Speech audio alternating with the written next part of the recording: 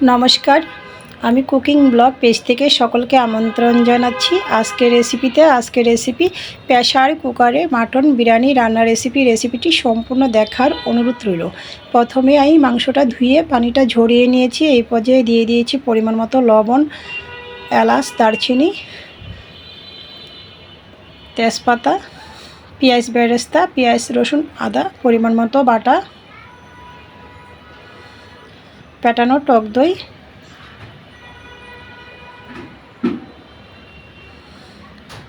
নারিকেল, কাজু বাদাম একসাথে বাটা, পরিমাণ মতো হলুদ গুঁড়া, স্বাদ মতো লঙ্কার গুঁড়া,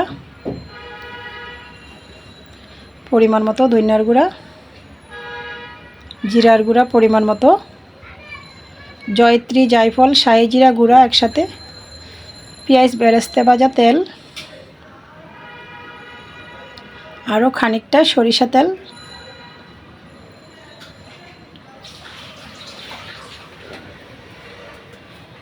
মাংসটা হাতের সাহায্যে ম্যারিনেট করে রেস্টে রেখে দিয়েছি 1 ঘন্টার মতো।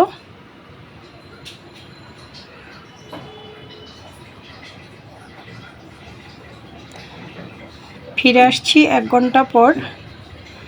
চুলা অন করে চুলায় একটি প্রেসার কুকার বসিয়ে দিয়েছি।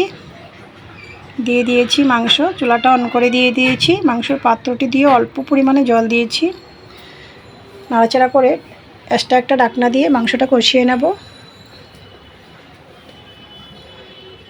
মাংসটা কয়েক মিনিট কষানোর পর দিয়ে দিয়েছি আলু, বড় সাইজ করে কেটে খোসা ছাড়িয়ে।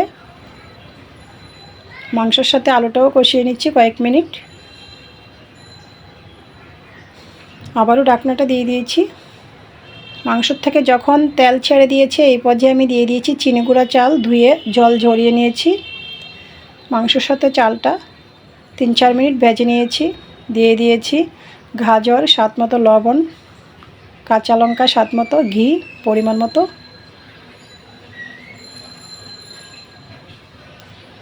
চাল ভাজা হয়ে গিয়েছে, বয়েল করা জল দিয়ে ঢাকনাটা দিয়ে দিয়েছি।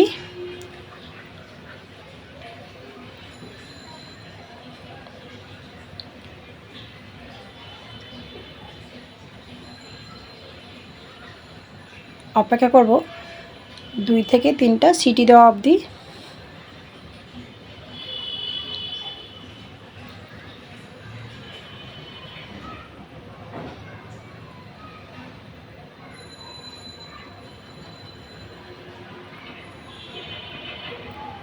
তিনটা সিটি দেওয়ার পর চুলার আঁচ বন্ধ করে দিয়েছি।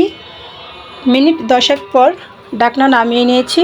তো রেডি হয়ে গিয়েছে আমার প্রেসার কুকারে মাটন বিরিয়ানি রান্নার রেসিপিটি ভালো লাগলে আমার ফেসবুক পেজটা ফলো, ইউটিউব চ্যানেলটা সাবস্ক্রাইব করুন, সাথেই থাকুন। সকলকে ধন্যবাদ।